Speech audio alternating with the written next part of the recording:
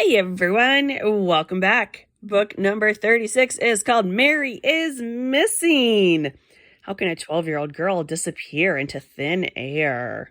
Well, she's in Sweet Valley, so my guess is she's off getting a nose job. But she's not. What is interesting here is that this is a book about a missing child, and the previous book was about a missing child. So it seemed unusual from a spacing timing perspective that they would put such similar stories right back to back. And don't be jealous, but my book has a sticker that says I am a super kid. So I definitely appreciate that. So in this book, Jessica and her great big imagination convince themselves that Mary Wallace has disappeared. No one has heard from her in 3 days. She hasn't been in school. She didn't show up for Lila's ice cream party. And worst of all, the unicorn's treasury money seems to be missing. Oh no! And in the real world, she probably, we would assume, is sick. Maybe she went out of town.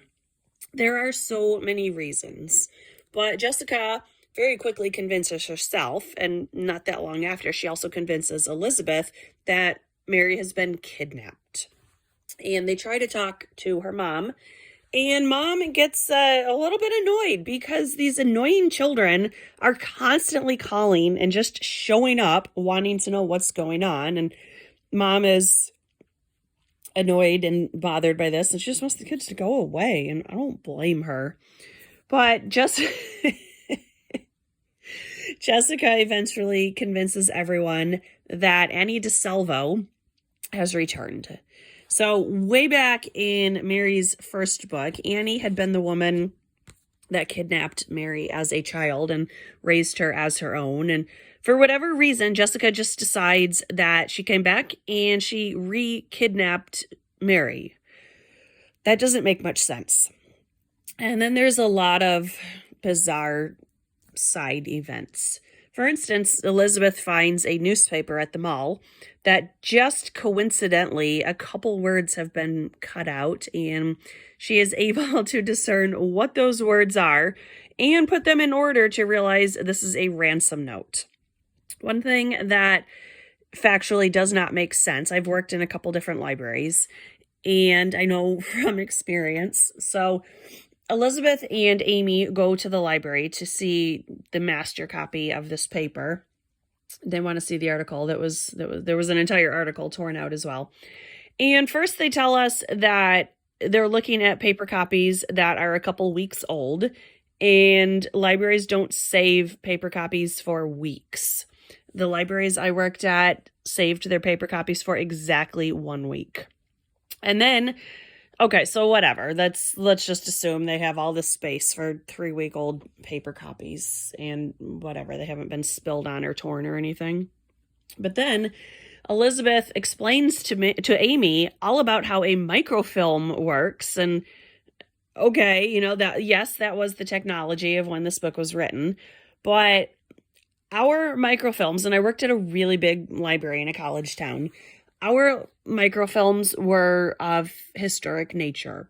Newspapers that were only 2 or 3 weeks old would not be microfilmed, especially not if the library allegedly has kept paper copies. So I know this is adult nitpicking of a kid's book, but the lack of library science annoyed me. So then our little heroines decide that they see this woman who looks suspicious, and they are going to follow her even though she's driving and they're on their bikes. Luckily, traffic's really bad, so they can follow her to a house on the wrong side of town, and they decide they're going to do a bunch of stakeouts, even though just, the coincidences are, the kids have to be home by 8, so it's not a very good stakeout anyway. And then they assume that, they'll be able to be close enough that if anyone calls, they can hear the conversation. And of course this happens because everyone talks at a shouting voice, and don't close their windows or anything. So, I mean, there's some huge jumps in logic here, but eventually they figure out a way to break into the house, and this woman shows up and Amy assaults her. But the police don't charge Amy. They didn't so much break because the basement window was open, but definitely entering and assault. She hit her with a chair leg. But it's Sweet Valley, so Amy is a hero because this woman, Rita, had not kidnapped Mary. She had kidnapped this girl named Becky. And where did Becky come from? Well, who was Rita? Why did Rita kidnap Becky? What's going on here? Did she get the ransom money? There are so many questions that are just completely dropped because it's not Mary, so who cares? So eventually we do find out where Mary has been. And actually Miss Arnett, the social studies teacher, had very early in the book heard the kids talking about her. And she said, oh yeah, she went to Mexico. And the kids just absolutely refused to agree with this because how could Miss Arnett know this? And obviously Mary's mom had called the school and said Mary's going to be out of town for a couple days. But our sixth graders just cannot believe that this is really what happened. And page 121, it's the end of the chapter. I guess we really caught a kidnapper, Jessica said as she and Elizabeth went down the stairs together. Pretty neat, isn't it? Yes, Elizabeth said, but we still haven't solved the mystery. I wonder where Mary could be. Next page. Mexico, the twins gasped. They stared at Mary. She was standing on their front doorstep, wearing a flowing Mexican skirt and looking very tanned and happy. So yeah, she really did just go to Mexico. It's, I get that it's a bit of a joke ending. I didn't much like this book. I thought the twins jumped to a lot of ridiculous conclusions, and it was silly. So another subplot that's been going on throughout this book is Jessica and the unicorns are annoyed with Elizabeth because she's not giving the unicorns enough coverage in the Sweet Valley Sixers.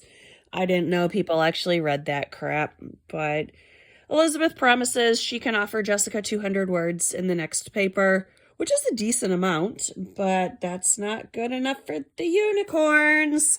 So our next book is going to be The War Between the Twins. So Jessica and her friends make up a crappy little newspaper, and let's assume it doesn't survive the entire 120 pages of that book. So this was 36. Mary is missing. I guess if you're a third grader, fourth grader, it might have spooky elements. As an adult, it was terrible. I don't recommend this one. So I'll get to the next one soon. Thanks for watching. Bye.